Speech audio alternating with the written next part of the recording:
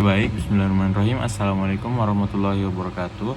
Perkenalkan, saya atas nama Muhammad Akram Redi Ramadan dari kelas 5 EIA ingin mempresentasikan tugas saya untuk memenuhi tugas MIT.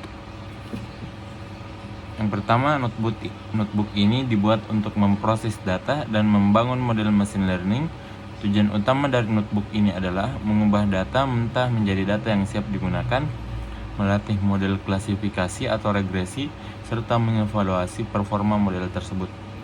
Yang kedua, import library. Pada bagian awal notebook dilakukan import beberapa library penting seperti NumPy, Pandas, Matplotlib atau Seaborn, serta library machine learning dan dari scikit-learn. Library ini digunakan untuk pengolahan data, visualisasi, pembuatan model, dan evaluasi hasil. Yang ketiga, load dataset. Selanjutnya, dataset ini dimuat ke dalam notebook menggunakan Pandas dan disimpan dalam bentuk data frame. Tahap ini bertujuan agar data dapat dianalisis dan diproses lebih lanjut. Yang keempat, eksplorasi data awal (EDA). Setelah dataset dimuat, dilakukan eksplorasi data awal untuk memahami karakteristik data seperti jumlah baris, jumlah kolom, tipe data, dan distribusi nilai.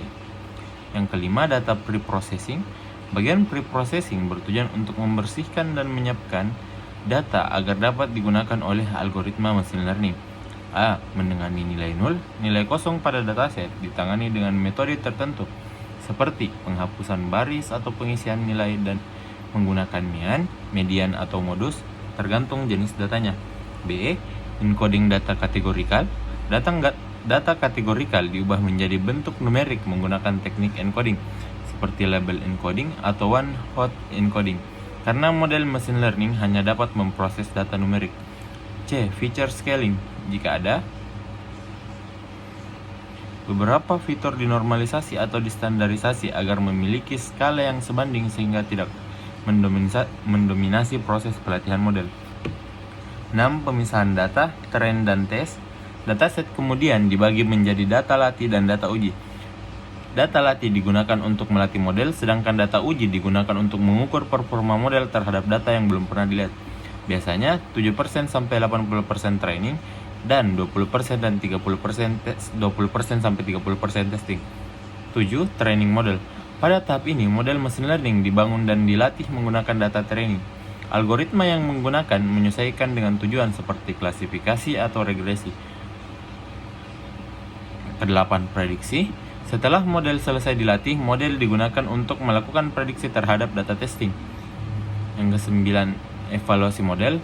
Evaluasi model dilakukan untuk mengetahui beberapa baik performa model yang telah dibuat, biasanya mencakup akurasi, precision, recall, confusion matrix, atau mean square error atau regresi. Hasil evaluasi menunjukkan tingkat akurasi dan kesalahan model dalam melakukan prediksi. Kesimpulannya, berdasarkan hasil evaluasi dapat disimpulkan bahwa model yang dibangun mampu mempelajari pola dari data dengan tingkat performa tertentu.